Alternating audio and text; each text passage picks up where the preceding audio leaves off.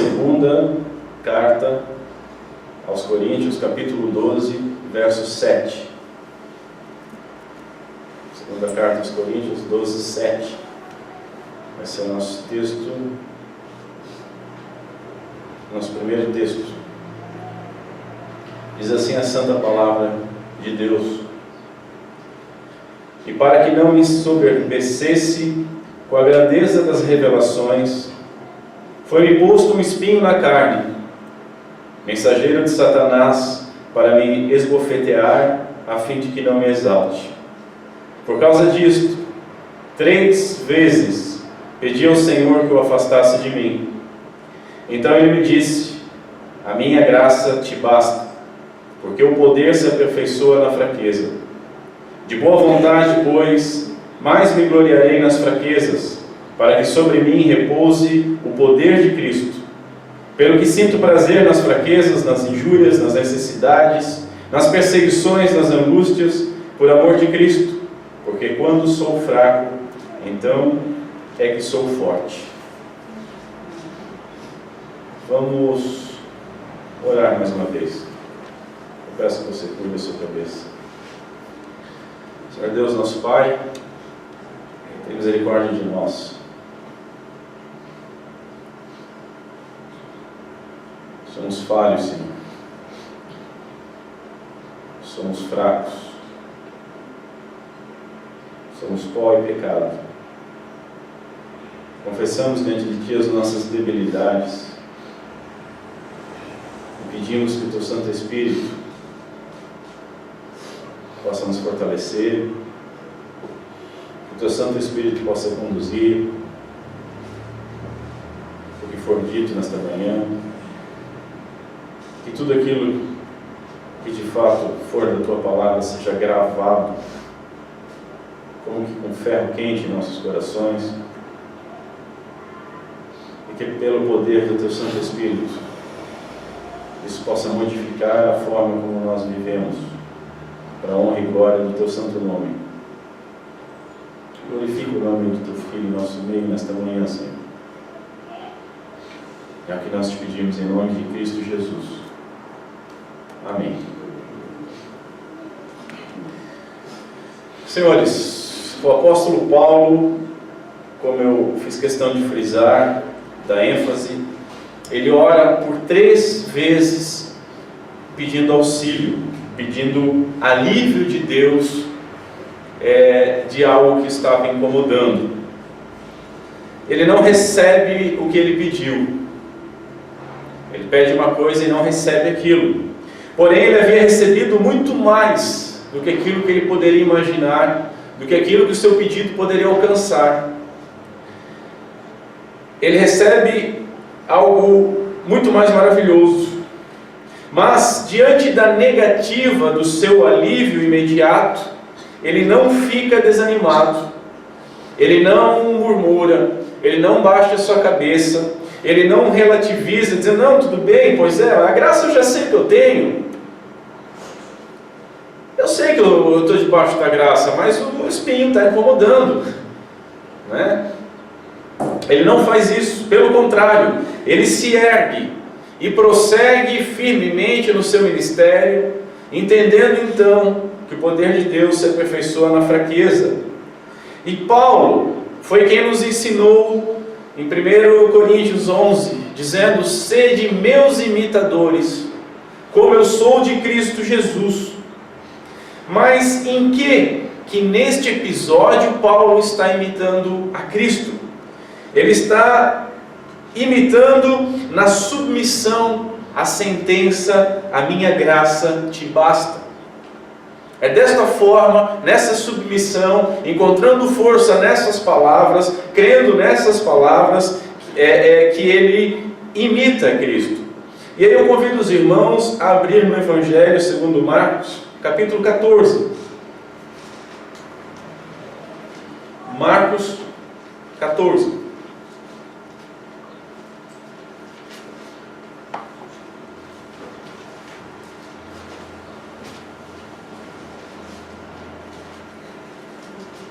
A partir do verso 32. Marcos 14, 32. Chegaram lá? Diz assim a palavra: então foram a um lugar chamado Getsemane. Ali chegados, disse Jesus a seus discípulos: assentai-vos aqui enquanto eu vou orar. Notem que Jesus está com os discípulos e se desgarra do grande grupo. E levando consigo Pedro, Tiago e João, começou a sentir-se tomado de pavor e angústia. E lhes disse: a minha alma está profundamente triste até a morte. Ficai aqui e vigiai. Se desvencilha do segundo grupo. E adiantando-se um pouco, prostrou-se em terra e orava para que, se possível, lhe fosse poupada aquela hora. E dizia: Abba, tudo te é possível. Passa de mim esse cálice. Contudo, não seja o que eu quero, e sim o que tu queres. Verso 41, só a primeira parte. E veio pela terceira vez, ou seja, havia orado 3 vezes, e disse-lhes: ainda dormis e repousais? Basta. Naquele episódio que Paulo estava imitando a Cristo, na submissão à vontade de Deus, e encontrar as suas forças na graça de Deus que bastava. Então, em primeiro lugar, nós vemos que a graça de Deus nos basta, porque principalmente nas dificuldades, e isso, infelizmente, eu diria, é que nós somos levados à dependência dele. Nos momentos que nós estamos mais fortes, que nós estamos mais com uma tendência a ser independente, são os momentos que nós mais nos distanciamos de Deus, que nós achamos que, não, até aqui está legal, aqui eu consigo, pode deixar que aqui eu domino, pode deixar que eu estou em casa, foi bom que tu me ajudou até aqui, mas tá legal, fica aí que eu vou aqui. E nas dificuldades é que nós somos levados a uma maior dependência. Problemas nos levam a uma busca mais intensa de Deus. Estou dizendo alguma mentira ou não? Esse é, infelizmente, o retrato da nossa vida. Quando as coisas apertam, quando as coisas ficam complicadas, quando as coisas começam a ficar difíceis, então nós começamos a buscar mais a Deus. E até na semana passada, quando nós estávamos no Congresso Fé Reformada, foi perguntado aos 2 teólogos e pastores que lá estavam, Nicodemos e Franklin Ferreira, por que Deus deixava o homem sofrer, por que permitiu o sofrimento? E basicamente a resposta foi nessa linha: porque isso nos faz dependentes de Deus. Então, é uma das formas, não é o único motivo, não é a única causa, mas é uma das formas pela qual Deus nos mantém próximos a Ele, dependentes dEle, onde Ele demonstra sua graça amorosa a nós, que somos tão duros de coração, que somos tão carne de pescoço, e assim que as coisas começam a ficar um pouquinho melhor, nós já viramos as costas. Então, problemas nos levam a uma busca mais intensa de Deus. É óbvio que este não era o caso do nosso Senhor Jesus Cristo. Ele não precisava de algum problema para a busca de Deus.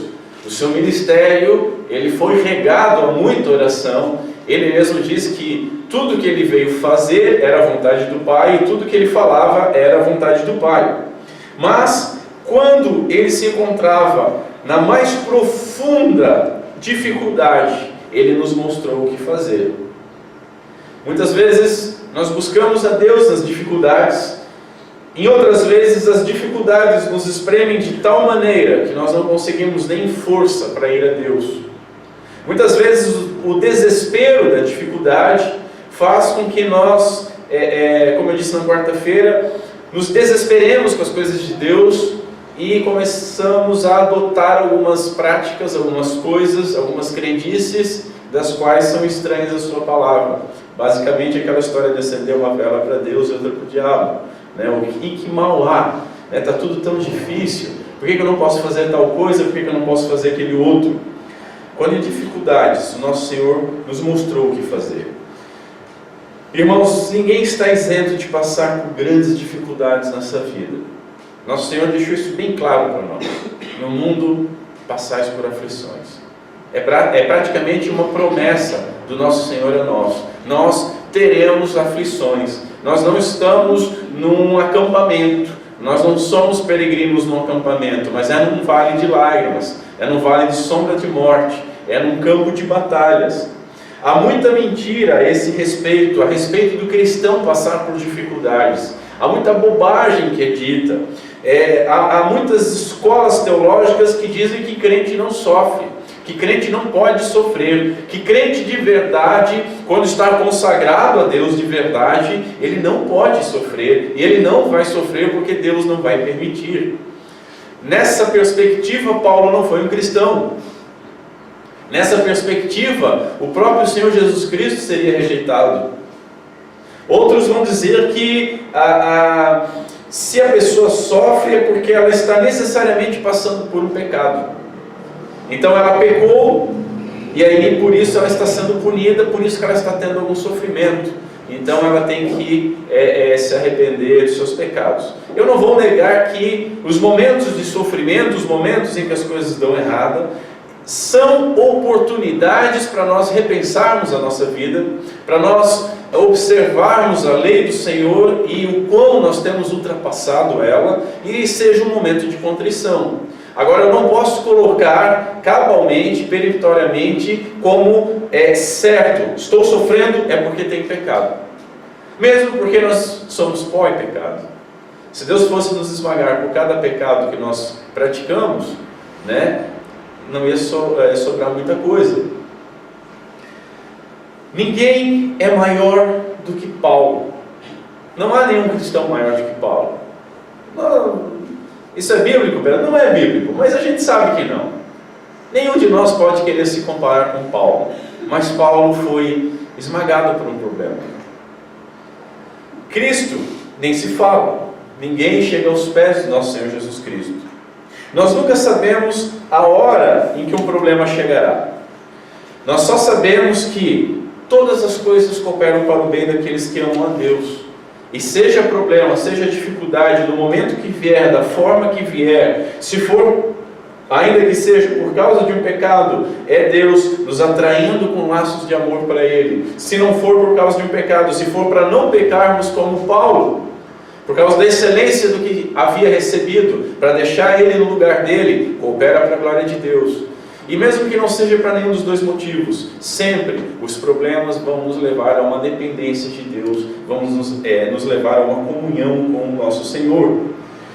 Mas nós nunca sabemos a hora exata que o problema vai chegar. Nós sabemos que virão. Jesus e seus discípulos, eles haviam acabado de celebrar a Páscoa, no evento que nós conhecemos como a última ceia. Jesus e seus discípulos estavam num momento de comunhão.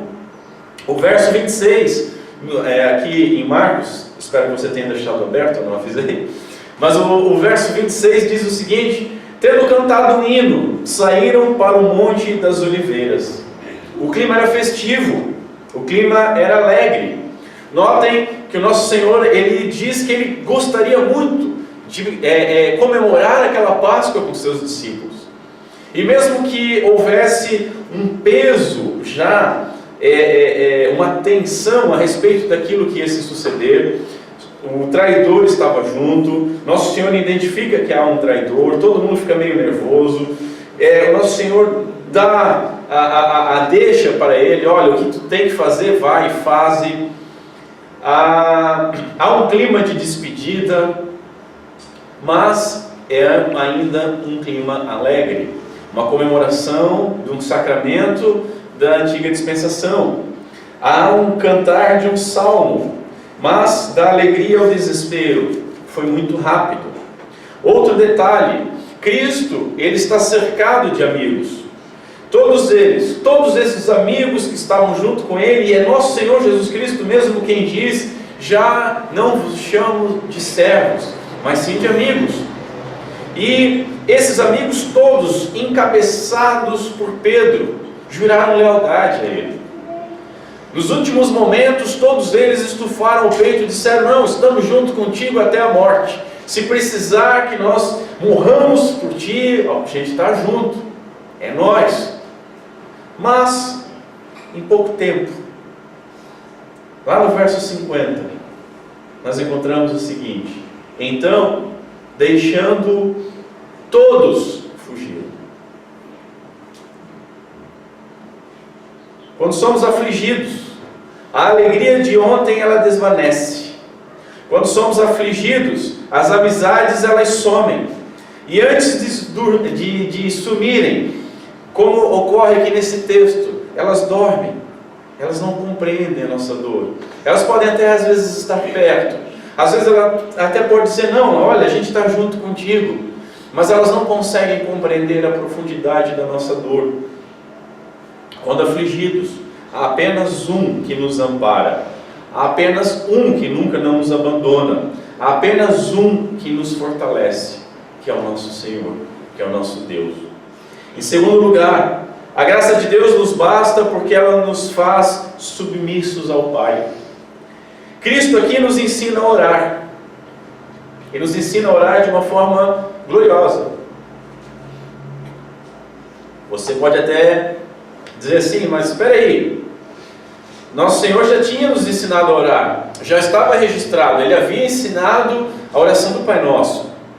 Os discípulos tinham pedido: ensina-nos a orar, e Jesus já tinha ensinado, tudo bem. Mas veja, Pai Nosso, Jesus ensina a pedir para que a vontade do Pai seja feita na terra como no céu. É exatamente o que Jesus ora aqui, que a vontade de Deus seja feita.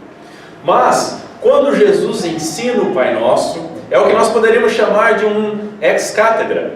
Ele está pregando um sermão. Ele está no monte, sentado, os seus discípulos ao redor, e ele está ensinando: olha, quando vocês forem orar, orem da seguinte forma. E aí ele esboça uma oração que pode ser tanto repetida como um esqueleto de uma oração maior.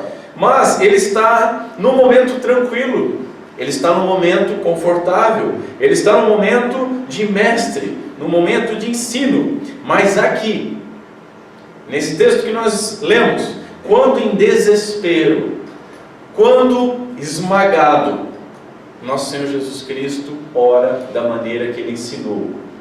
Então aqui é o complemento do ensinar a orar.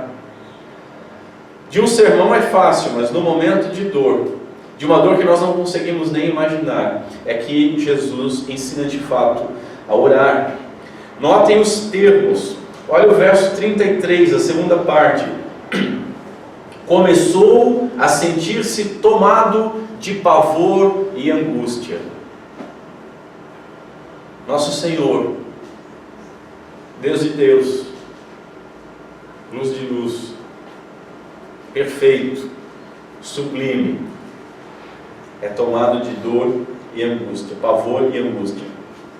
Pavor, o termo significa também admiração, espanto. Ele está espantado, admirado, aterrorizado, estarrecido, apavorado com um sentimento que ele começa a ter, experimentar. Um sentimento que ele nunca havia experimentado. Nosso Senhor veio sem pecados e permaneceu sem pecados.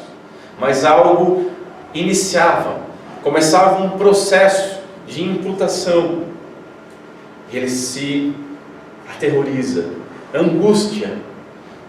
Pode ser traduzido também como intranquilidade, tristeza, perplexidade.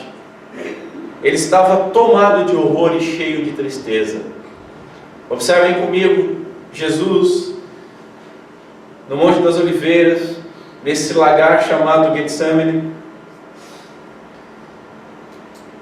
apavorado, aterrorizado, sabendo o que ia suceder, deixa os seus discípulos, vai com os mais íntimos um pouco mais à frente, pede para que esses mais íntimos esperem no lugar que ele vai mais à frente orar, pede para que eles orem com ele, para que eles vigiem com ele, e vai um pouco mais à frente. Observe o verso 34. Ele disse: a minha alma está profundamente triste até a morte. Profundamente. A minha alma está mortalmente triste, é isso que ele quer dizer. Isto é, os tormentos psíquicos, eles são tão grandes, o que eu estou sentindo é tão pesado, que está quase me matando. É isso que Jesus está dizendo. Jesus, às vésperas da sua paixão, às vésperas da cruz, daqueles quadros que nós vimos, tanto em imagens como retratado em filmes, onde sempre, antigamente passava, mas agora o politicamente correto não permite, porque vai ferir os ateus, mas era normal, principalmente na nossa infância, quando nós não tínhamos TV a cabo nem internet, os canais de televisão sempre passavam a Paixão de Cristo na época da Páscoa, e todo mundo via, e era o mesmo filme, a história conhecida, e chorava. Mas antes daquela paixão em si, antes daquele caminho pela via dolorosa, antes dos socos, dos tapas, das cuspidas, das injúrias, nosso Senhor está dizendo que Ele está mortalmente triste, que os tormentos são tão pesados, que estão quase matando. Nosso Senhor caminha pelo jardim, diz para os discípulos: espera aqui, ora, vigia comigo, porque eu vou à frente orar. Observe o verso 35, e adiantando-se um pouco, prostrou-se em terra, e orava, para que se possível lhe fosse poupada aquela hora. Prostrou-se é um termo bonito, fica legal, prostrou-se nos dá uma ideia de que ele se ajoelhou, mas a força do termo grego não é esse, a força do termo grego é jogou-se. Nosso Senhor Jesus Cristo, Ele não simplesmente se prostra, mas Ele se joga no chão. Afinal de contas, Ele está com um peso tão grande de tormento, que está quase sendo morto por isso. Queridos irmãos, o espetáculo é sangrento. Como eu já frisei, nós olhamos muito, imaginamos muito Cristo sendo esmagado pelas chibatadas do pelourinho, sendo esmagado na via dolorosa ou na cruz, mas o espetáculo aqui já é sangrento, o espetáculo aqui já é terrível, a oração do nosso Senhor já é algo intensa. Lucas capítulo 22 nos diz o seguinte, no verso 43, então lhe apareceu um anjo do céu que o confortava. O nosso Senhor Jesus Cristo, o nosso Salvador, o nosso Redentor, aquele pelo qual todas as coisas foram feitas e sem Ele nada do que foi feito teria sido feito. Aquele que é todo poderoso, aquele que não poderia ser morto, mas Ele entrega a sua vida. Ele está num momento tão terrível, sendo esmagado de uma maneira tão grande, que um anjo é enviado para lhe confortar. E a sua oração é tão intensa, que no verso 44 diz o seguinte: e estando em agonia, orava mais intensamente.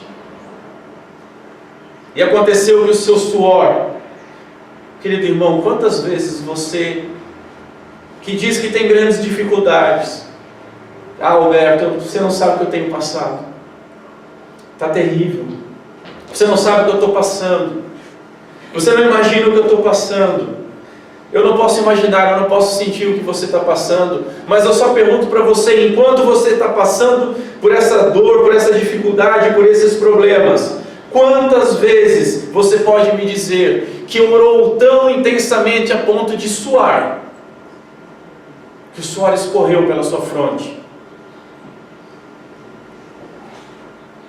Mas o nosso Senhor está ali, orando intensamente, e não só suando, mas esse suor se tornou como gotas de sangue caindo sobre a terra. É mais um pouco do sangue do nosso Senhor sendo derramado. O sangue começou a ser derramado desde o seu nascimento, porque sem encarnação não há evangelho. A gente provou isso em 1 João.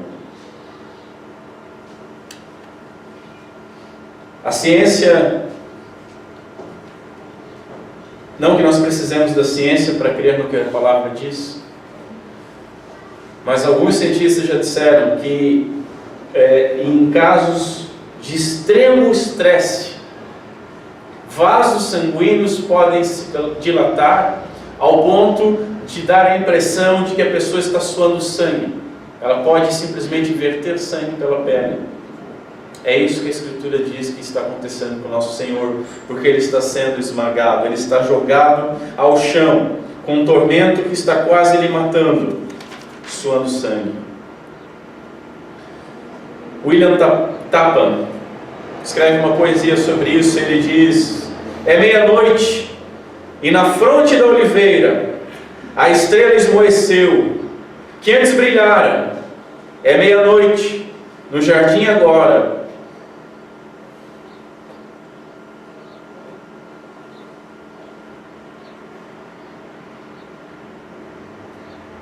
O Salvador sofredor ora sozinho. Assim como Paulo, Cristo ora 3 vezes. A oração era intensa, mas não eram com vãs repetições. A oração era intensa, mas era específica. Era de um coração aberto. E ele ora 3 vezes.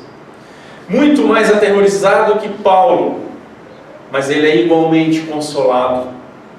Jesus prostrado, amargurado, está ali orando. E assim como Paulo, não sendo atendido. Não exatamente. Mas Paulo, guardado as devidas proporções, pede algo e lhe é dado algo melhor. Mas o nosso Senhor Jesus Cristo ensina a total submissão. Nesse caso, nós não deveremos ser só imitadores de Paulo, assim como ele foi de Cristo, mas devemos imitar direto o nosso Senhor Jesus Cristo. Porque a oração de Jesus, ela é atendida. O céu permanece em silêncio. Nosso Senhor está ali prostrado, amargurado. O céu em silêncio. Um anjo o consolando. Mas a resposta é entendida, meus irmãos. Bispo Raio nos brinda com um texto maravilhoso que eu quero ler com os irmãos. Cabe-nos aceitar com paciência tudo quanto Deus nos quiser enviar. Cabe-nos não gostar de coisa alguma, senão daquilo que Deus gosta. Cabe-nos nada desejar, senão daquilo que Deus deseja. Cabe-nos não aprovar coisa alguma, senão daquilo que Deus aprova. Preferir a dor, se assim Deus quiser enviá-la. Aceitar amenidades, se Deus assim o preferir. Manter-nos passivos sob a mão de Deus, e não tendo vontade própria, senão a dele. Esse é o mais elevado padrão que podemos almejar. E a conduta do nosso Senhor no Getsemane serve-nos de modelo perfeito quanto a isso. Jesus é um exemplo para todos nós. Jesus, ele nos encoraja a confiar em Deus. Confiar em Deus para quem tudo é possível. Essa é a oração do Senhor. E orava para que, se possível, depois diz, tudo te é possível. Se possível, diz Jesus, demonstra uma submissão total. É se possível. Tudo te é possível, mostra a confiança total do nosso Senhor Jesus Cristo. Terceiro lugar, a graça de Deus nos basta, porque somos salvos por ela. Isso é glorioso. Não há problema maior, não há problema mais duradouro do que o nosso pecado. Basta vermos que os réprobos vão pagar a eternidade e não vão conseguir quitar a sua dívida. Nós temos um drama retratado em 3 jardins diferentes. 3 jardins diferentes. Num jardim, o homem cai, e esse é o nosso maior problema. No outro jardim, nosso Senhor Jesus sofre. E num terceiro jardim, nosso Senhor é morto, mas vence e é ressuscitado. O drama no jardim do Éden. Deixa eu ler para os irmãos, Gênesis 2. Gênesis 2, a partir do verso 4. Esta é a gênese dos céus e da terra quando foram criados. quando o Senhor Deus os criou. Não havia ainda nenhuma planta no campo da terra, pois ainda nenhuma erva do campo havia brotado, porque o Senhor Deus não fizera chover sobre a terra. E também não havia homem para lavrar o solo. Mas uma neblina subia da terra e regava toda a superfície do solo. Então formou o Senhor Deus ao homem do pó da terra, ele soprou nas narinas o fôlego de vida, e o homem passou a ser alma vivente. E plantou o Senhor Deus um jardim no Éden, na direção do oriente, e pôs nele o homem que havia formado. Do solo fez o Senhor Deus brotar toda sorte de árvores agradáveis à vista e boas para o alimento. E também a árvore da vida no meio do jardim, e a árvore do conhecimento do bem e do mal. Saiu um rio do Éden para regar o jardim, e dali se dividia, repartindo-se em 4 braços. O primeiro chamava-se Pisson, é o que rodeia a terra de Avilá, onde há ouro. O ouro dessa terra é bom. Também se encontram lá o bidélio e a pedra de ônix. O segundo rio chama-se Guion, e é o que circunda a terra de Cush. O nome do terceiro rio é Tigre, e o que corre para o oriente da Síria, e o quarto é Eufrates. Tomou, pois, o Senhor Deus ao homem e o colocou no jardim do Éden para o cultivar e o guardar. E o Senhor Deus lhe deu esta ordem: de toda a árvore do jardim comerás livremente, mas da árvore do conhecimento do bem e do mal não comerás, porque no dia que dela comeres, certamente morrerás. Aqui nós temos o drama do primeiro jardim. Aqui nós temos o nosso maior problema. Talvez é o problema que nós menos dedicamos tempo de oração.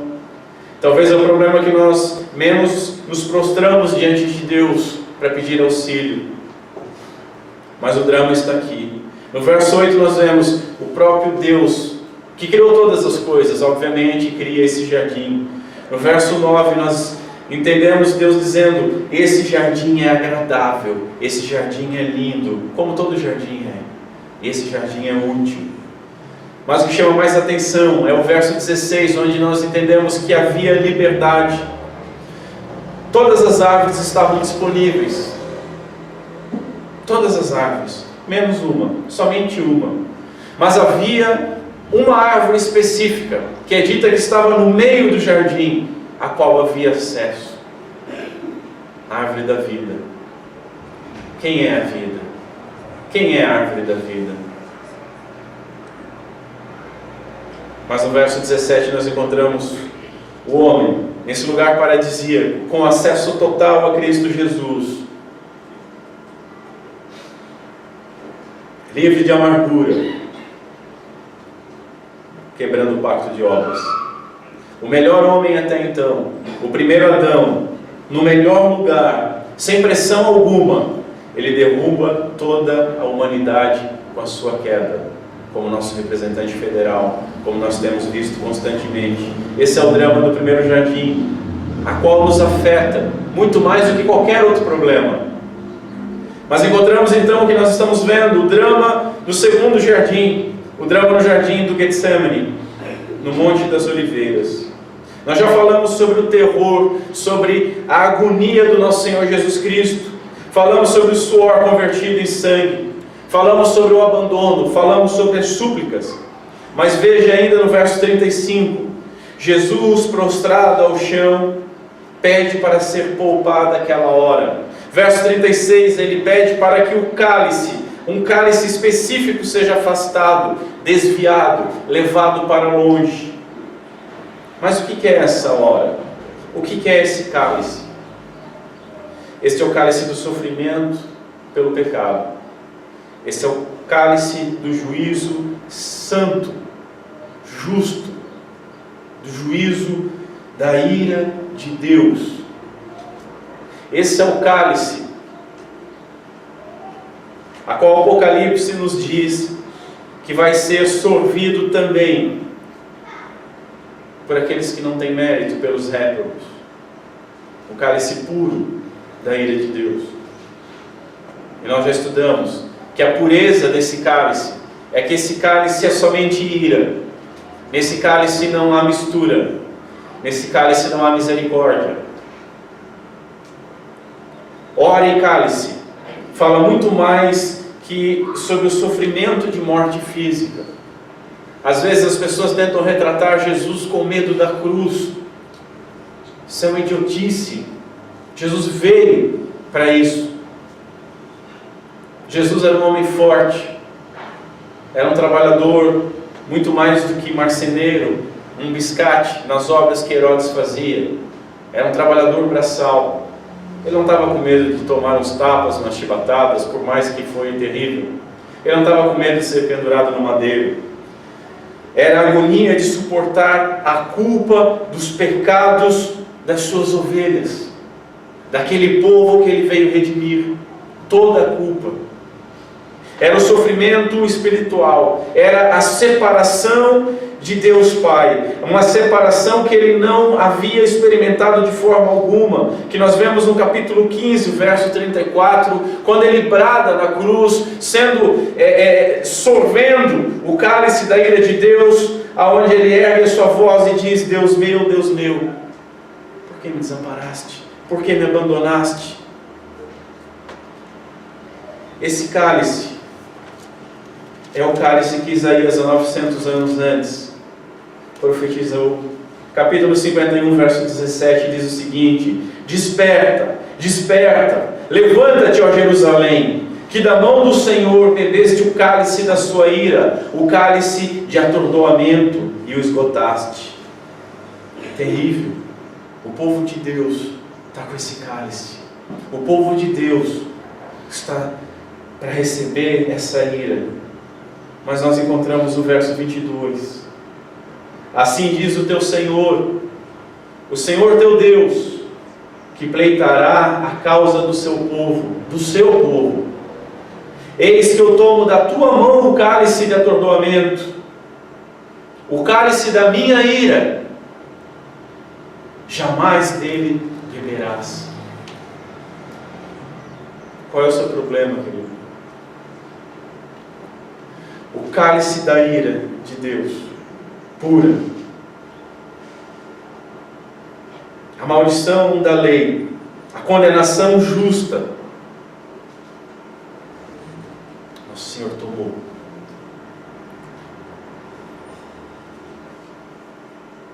Tomou em suas mãos, sorveu até a última gota. E nos dá a grande notícia: dele jamais beberás. Jesus não temia a morte ou a cruz, meu querido. Ele veio para essa obra. Ele veio para isso. Mas a enorme carga da nossa culpa era terrível. Puro, Deus Santo, sendo imputado a Ele as nossas culpas.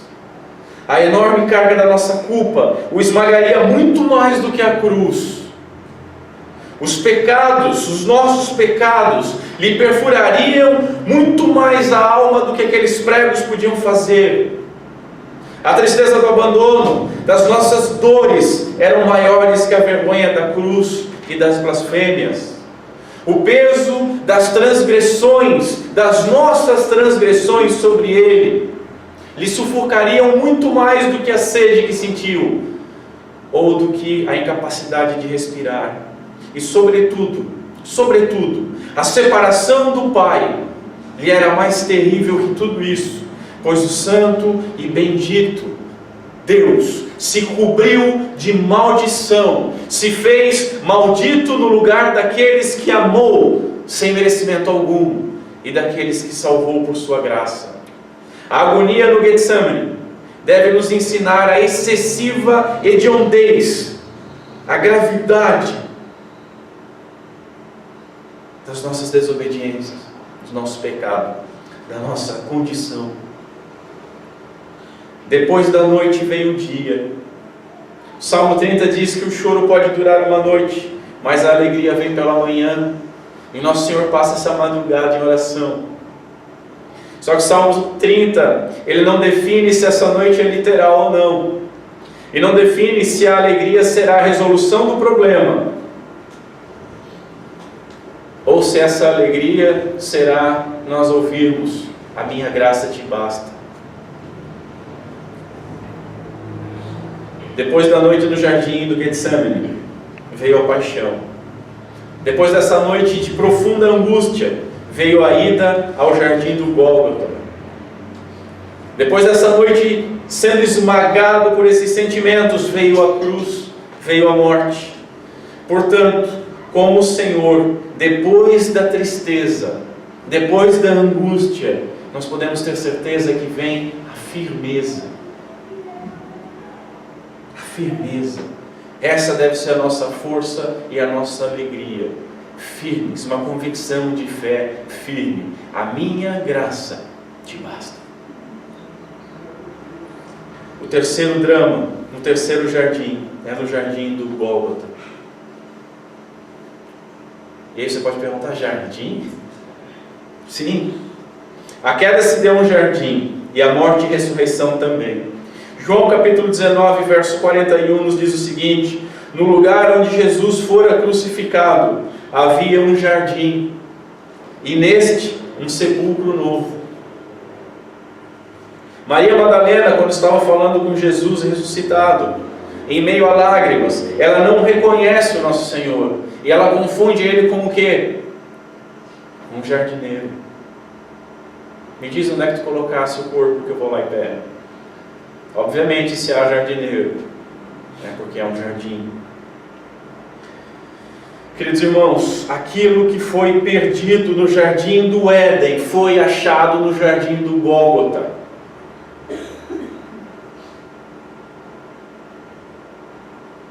Falei para mortos agora. A criação que, buscando ser igual a Deus, no seu orgulho, foram feitos à imagem e semelhança do Deus Santo, sem pecado, mas pela sua concupiscência resolveram ser iguais a Deus, e deram ouvidos à serpente, e no âmago, na ânsia de ser igual a Deus, deturparam a sua imagem neles. Isso foi recriado pela obra no Calvário. A morte proveniente da desobediência foi vencida pela morte obediente do justo. O Deus Santo, o Deus irado, foi satisfeito no seu Filho, que morreu e recebeu a condenação por nós. E não apenas isso, não que isso seja pouco, não me tomem a mal, mas Ele ressuscitou, Ele está vivo. E o que isso tudo tem a ver? Em primeiro lugar, Cristo resolveu o nosso maior problema. Aquele problema que não havia solução. Aquele cálice de ira que nós não daríamos conta, que nem a eternidade seria suficiente para bebermos inteiro. Aquilo que o angustiou de tal maneira de ele ser quase que esmagado, estar profundamente moído até a morte, antes mesmo da paixão. Cristo resolveu o nosso maior problema. Segundo lugar, a partir daí, eu sei que nós temos os nossos problemas e as nossas dificuldades. Para ter problema basta estar vivo. Ninguém aqui pode dizer que não tem problema nenhum. Mas todo problema, ele deve ser colocado na perspectiva correta. Todo problema que você tem, ele deve ser colocado na perspectiva correta. Não interessa qual o problema. Alberto, você não sabe, mas o meu problema é uma doença para a morte. Meu problema é perda de emprego. Meu problema é doença na família. Meu problema é minha própria doença. Meu problema é um casamento se desfazendo. Meu problema é o meu filho num caminho errado. O meu problema é minha empresa que está falindo. O meu problema é... Não interessa qual é o seu problema. Todos nós temos problemas. Mas todo problema ele tem que ser colocado na perspectiva correta. E qual é a perspectiva que tem que ser colocado? Na cruz do Calvário. A partir do maior problema resolvido, você vai entender que todo e qualquer problema é menor, é mais simples. terceiro lugar, a graça de Deus que nos foi conferida deve bastar para seguirmos firmes. Não há nenhuma promessa nas Escrituras que nós não teremos problemas. Muito pelo contrário. Há a promessa de que no mundo teremos aflições. Mas recebemos a medida de fé. Recebemos a graça. E a graça deve nos bastar. Qual é o problema que nós temos que carregar? Devemos tomar essa cruz e perseverar firmes, sabendo que o pior Cristo levou, o pior problema Cristo resolveu, e resolveu da forma como foi profetizado em Isaías: daquele cálice nós jamais beberemos, jamais. Qualquer outra dificuldade é infinitamente menor. Deixa eu listar para os irmãos algumas aplicações. Primeira, ore. Ore. Orar é um mandamento. Ore.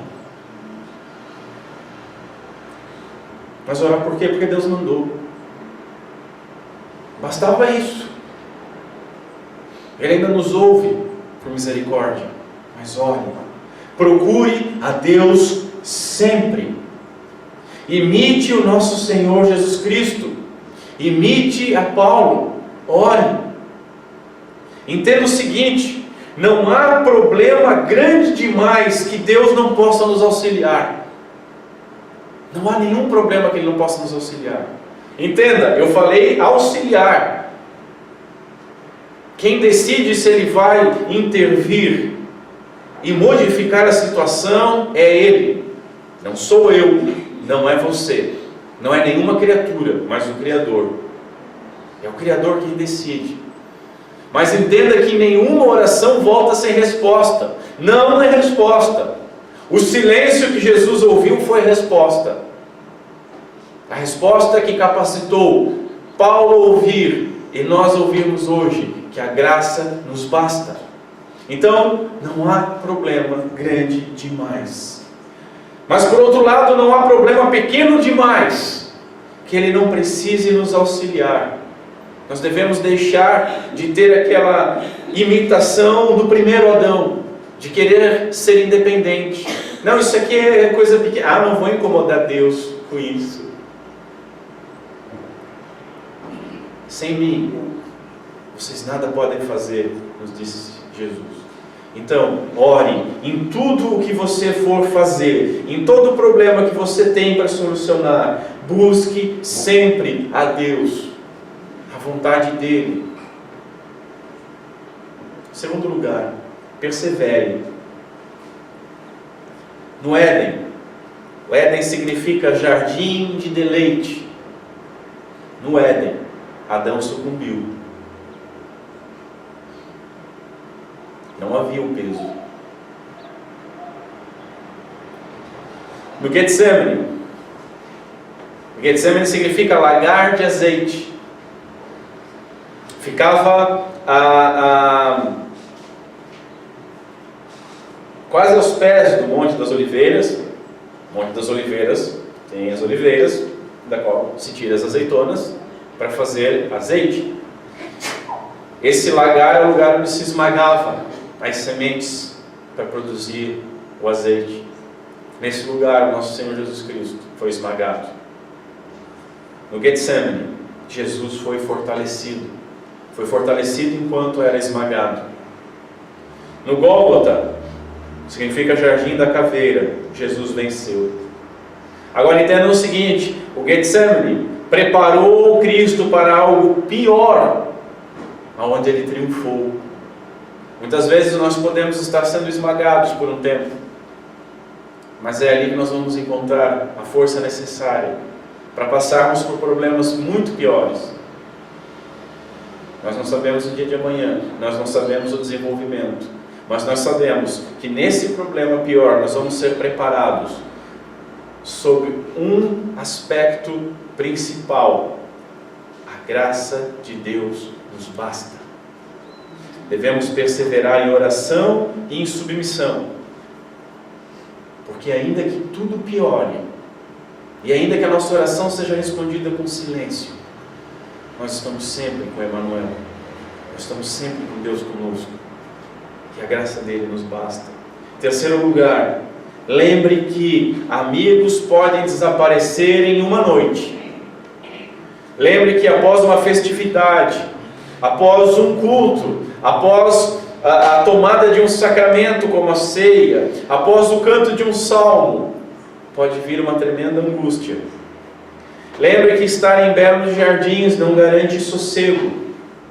E apesar de que esses jardins continuam sendo belos, eles podem ser muito angustiantes, mas em Cristo nós temos vitória. Quarto lugar, Jesus nos deu exemplo. Oração com submissão total. Jesus não dá ordens a Deus, Pai. Jesus não intima. Oração com submissão total e com confiança total. Nós temos vários exemplos nas Escrituras de mandamentos a respeito de orar. E se você está passando por alguma dificuldade, algum problema, nós devemos ouvir Tiago, capítulo 5:13. Está alguém entre vós sofrendo? Faça oração. Quinto e último lugar, Hebreus, capítulo 5, verso 7, diz o seguinte: Ele, Jesus, nos dias da sua carne, tendo oferecido com forte clamor e lágrimas, orações e súplicas a quem o podia livrar da morte, e tendo sido ouvido por causa da sua piedade, embora sendo filho, aprendeu obediência pelas coisas que sofreu. Notem que o texto diz que ele foi ouvido, ele suplicou para ser livrado. Jesus, ele foi ouvido, Jesus, ele foi atendido, Jesus, ele foi fortalecido e tomou o cálice. Isso é glorioso. Paulo foi ouvido. Paulo, por outro lado, teve a sua demanda negada, mas recebeu graça. Irmãos, o primeiro Adão no paraíso caiu, e nós caímos com ele. Mas o segundo Adão suou sangue no Getsemane, mas não prevaricou. Ele fez o que ele tinha que fazer. Ele foi capacitado a derramar todo o seu sangue no Gólgota, aonde após morrer por nós, ele ressuscitou por nós. Nos nossos Getsemanes, que possamos lembrar da obra de Cristo, que possamos lembrar daquilo que Paulo ouviu: a minha graça te basta. Quando nós estivermos mais fracos, quando estamos mais dependentes dele, é que ele nos fortalece, é que encontramos força só nele. A bem da realidade é que a gente para de buscar outras coisas, e aí a gente entende que a gente sempre esteve na mão dele. O seu poder, como a gente leu lá em 2 Coríntios, se aperfeiçoa na nossa fraqueza. Ele não divide glória com ninguém. Que como Cristo, que como Paulo, tenhamos submissão total e tenhamos confiança total. O Pai talvez não resolva os seus problemas, certamente não da maneira que você gostaria que Ele resolvesse. Nós gostaríamos que fosse tudo um mar de rosas. Nós gostaríamos de ser transportados para o Éden, e que o vale de morte, de lágrimas, virasse um jardim de deleite. Mas Ele ouve, e lhe dará força para lidar com os problemas, e sobretudo força para passar pelos problemas, e sobretudo força para que quando estiver passando, continue glorificando o seu santo nome. Isso pelo poder da sua graça, e que nós possamos nos contentar a isso. Que a nossa vida seja guiada pela expressão: a sua graça nos basta.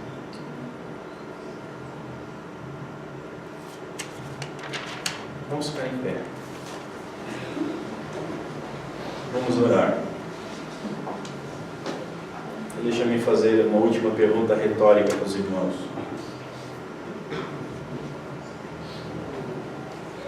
A graça do nosso Senhor Jesus Cristo tem lhe bastado? A graça de Deus tem lhe bastado? Ou falta alguma coisa? Ou ela não é suficiente?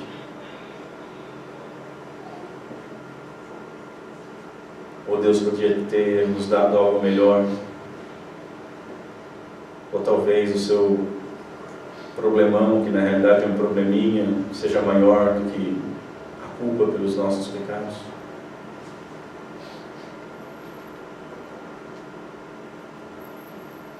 Para lembrar que a graça do nosso Deus nos basta, nós devemos sempre nos perguntar: a sua graça tem de fato nos bastado? Curve sua cabeça, vamos orar. Senhor Deus, nosso Pai, tem misericórdia de nós. Tem misericórdia de nós, Senhor.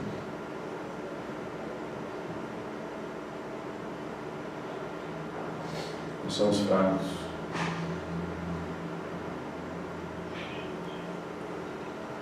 Nós somos teimosos. Parece que continuamos cegos e surdos. Nós temos sido insensíveis. Tem misericórdia de nós, Senhor.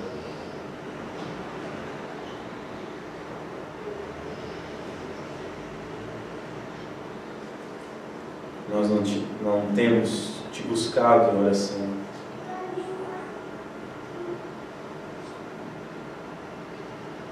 Nós não temos recorrido a Ti. E quando recorremos de uma maneira desinteressada, sem fé alguma, sem busca, sem concentração, sem suor, sem lágrimas. Temos feito as nossas orações como se Tu tivesse obrigação de fazer as coisas por nós. E nós só Te lembrássemos disso. Tem misericórdia de nós, Senhor.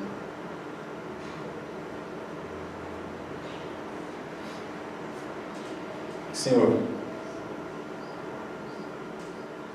nós possamos ter a certeza que seja em grande dificuldade, em pequena dificuldade, Tu nos ouve, Tu nos fortalece, Tu nos protege. O maligno não pode nos tocar.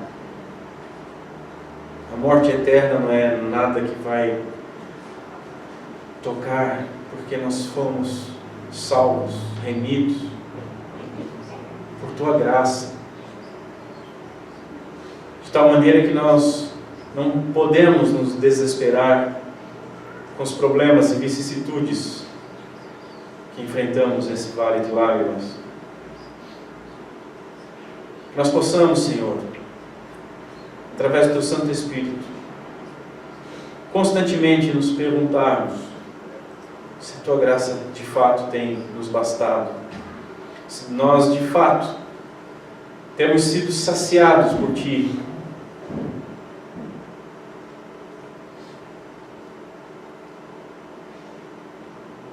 Som dos nossos corações, Senhor. Inclina os nossos corações, inclina o coração daqueles que não têm se saciado em Ti, na Tua graça. Muda as afeições e nos fortalece através da Tua graça. Que assim como nosso Senhor Jesus Cristo, nós possamos nos levantar das nossas orações, confiantes na Tua graça, e enfrentarmos o que tivermos que enfrentar, seja dor, seja injúria, seja morte, mas possamos colocar as nossas cruzes em nossos ombros, mantendo os nossos olhos no Autor e Consumador da nossa fé, que nos salvou. Nos auxilia, Senhor. Que nós possamos amadurecer possamos deixar de ser crianças, que possamos deixar de ser levados, não só por falsas doutrinas, por falsas crenças, mas pela consequência delas, por qualquer problema, por falta de fé. Nos auxilia, intervém em nossa vida. E que os nossos lábios, Senhor, ainda que nós ouçamos um não como resposta, ainda que não ouçamos resposta alguma, mas que os nossos lábios possam se abrir para glorificar sempre o Teu santo nome. E não permita que seja diferente, Pai. Glorifica em nome de Teu Filho em nossas vidas. É o que nós te pedimos em nome de Cristo Jesus. Amém. E amém.